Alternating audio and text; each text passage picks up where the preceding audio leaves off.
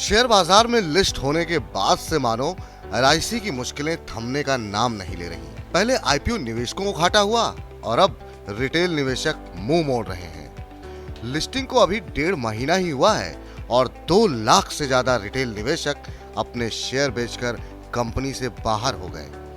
Company की जब listing हुई थी तो 39.86 लाख रिटेल निवेशकों का पैसा लगा हुआ था और उनकी संख्या अब घटकर 37.65 लाख रह गई है।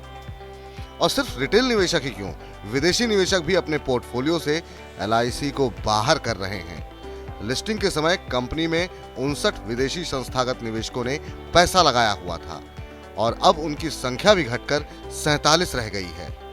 दरअसल लिस्टिंग के बाद से ही कंपनी ने अपने निवेशकों को निराश किया है, फिर चाहे वो संस्थागत निवेशक हो या रिटेल, सभी को नेगेटिव रिटर्न ही मिला। आईपीओ के समय इशू प्राइस 889 रुपए से लेकर 949 रुपए रखा गया था और अब भाव 700 रुपए से भी नीचे है। हालांकि ऐसा भी नहीं है कि निवेशकों का हर वर्ग एलआईसी की पिटाई से डर गया हो। शेयर का घटा हुआ भाव देख कई निवेशक अपने पोर्टफोलियो में एलआईसी की हिस्सेदारी बढ़ाने लगे हैं। म्यूचुअल फंड्स को ही देख लीजिए, जब शेयर लिस्ट हुआ था तब सिर्फ 19 म्यूचुअल फंड स्कीमों ने इसमें पैसा लगाया था और अब उनकी संख्या 100 तक पहुंच गई है।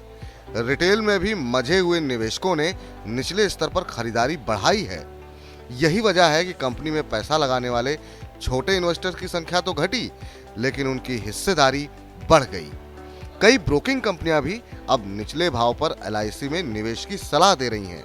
मोतीलाल ओसवाल का कहना है कि वित्त वर्ष 2023-24 के लिए अनुमानित एंटरप्राइज वैल्यू के आधार पर कंपनी की वैल्यूएशन काफी सस्ती है और कंपनी की वैल्यू ऑफ न्यू बिजनेस भी अनुमान से 34% अधिक रही है।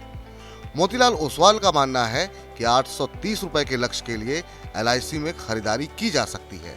जेपी मॉर्गन का कहना है कि अन्य इंश्योरेंस शेयरों की तुलना में एलआईसी का शेयर सबसे सस्ता है और बाजार इसके शेयर को सही भाव नहीं दे रहा। वहीं बैंक ऑफ अमेरिका अभी भी एलआईसी को आउट परफॉर्म रेटिंग दे रहा है और लंबी अवधि में कंपनी के शेयर का लक्ष्य 930 रुपए मान रहा है।